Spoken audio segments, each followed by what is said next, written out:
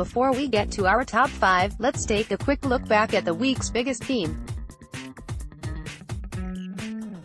The headlines were dominated by the Trump-Kim summit, mega mergers and a building-climbing raccoon.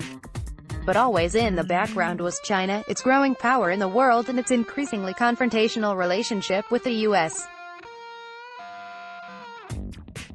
The week started with China being possibly the biggest winner of the Singapore summit and ended with President Donald Trump's new Chinese tariffs.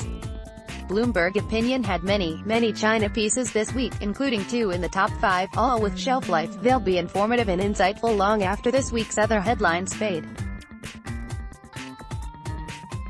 The top 5. Singapore is a great example for Trump and Kim. Tyler Cowen. Singapore is an especially wealthy nation, with a per capita income of about $90,000, well above that of the U.S.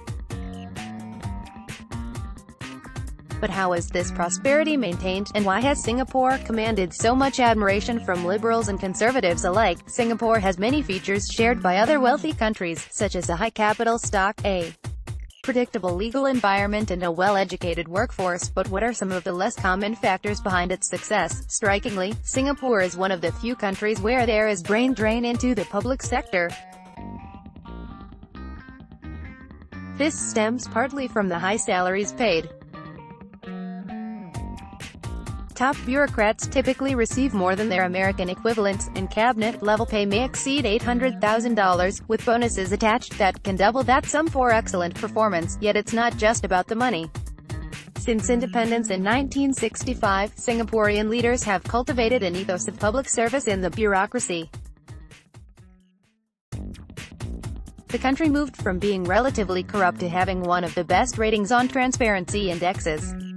There are now complex and overlapping incentives whereby top public sector workers are paid well, respected highly, and develop the personal networks for subsequent advancement in either the public or private sectors. I've met a number of times with Singaporean government officials, and I've always been impressed with their state-of-the-art social science knowledge.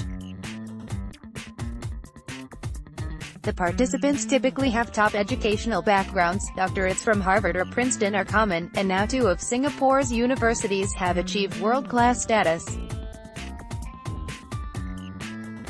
Their analysis is pragmatically geared toward finding the right answer or at least a workable solution. Click here to read the rest. China is far richer than it would like to admit. Brendan Kelly. China is building a global military power. Hale Brand citing my depression almost cost me my job. Joe No. Chair at Supreme Court's Ohio voter roll decision was nakedly political.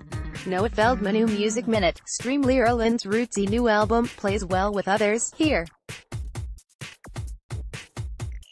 This is the weekend edition of Bloomberg Opinion Today, a roundup of the 5 most popular stories Bloomberg Opinion published this week, based on web readership, with some other stuff thrown in.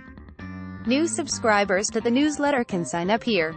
To contact the author of this story, Mark Gongloff at mcgongloff1@bloomberg.net, or contact the editor responsible for this story, Mike Nizza at Maniza3 at Bloomberg.